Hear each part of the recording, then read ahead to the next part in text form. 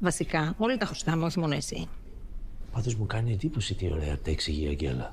Εμένα μου κάνει εντύπωση ότι ξέρετε τη Σλοβακία. Συγγνώμη, εγώ δεν έχω πάει ποτέ σε αυτά τα κράτη. Μήπως κάποιος άλλος. Ζουμπουλία. Μήπως ψώνισες τίποτα από τη Φιλανδία και ξέχασες να τα πληρώσεις? Πέστε να σκάσει. Όχι, γιατί τρέχει συνέχεια σε αυτά τα μοναστήρια και κουβαλάς εικονίτσες, αγιασμό, τα πληρώνεις αυτά ή θα βγεις έτσι. Πού ήσουν χτες που σε έψαχνα όλη μέρα? Στον Αγιάντο Ρώσο.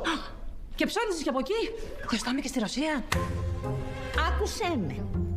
Κανείς δεν έχει λεφτά στην Ελλάδα. Τα πράσινα, τα κίτρινα και τα μοβ, να τα ξεχάσεις. Από εδώ και πέρα θα έχουμε όλοι από 3 μπλε. Καλά.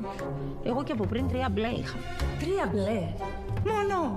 Το ότι με φέρετε εδώ άνεργη και άφραγη για να παρηγορήσω την εκατομμυριούχο, πού να το πω. Ναι. Εγώ. Ναι. Ντάλια μου. Εσύ δεν έλεγες πάντα τι ωραία που θα ήταν να μην μας χωρίζει το χρήμα, να έχουμε όλοι τα ίδια? Ναι, γιατί ήθελα να έχετε κι εσείς αυτά που έχω κι εγώ. Και εμείς το ίδιο θέλαμε, αλλά έγινε τελικά το αντίθετο. Της το εξηγήσατε? Ναι. Ωραία. Αλέξη μου, τα άμαθες.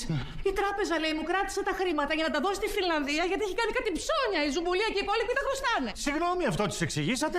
Όχι. Αυτό κατάλαβε. Πόσα μου κράτησαν? 7,4 δις.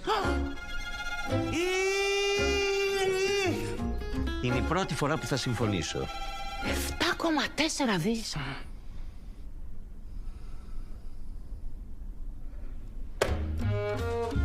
Μεγάλη αναποδιά. Ναι, λέω. Αλλά μια χαρά. Είναι υγεία μας να έχουμε. Νέα είμαι ακόμα. Θα τα ξαναβγάλω. Σωστά.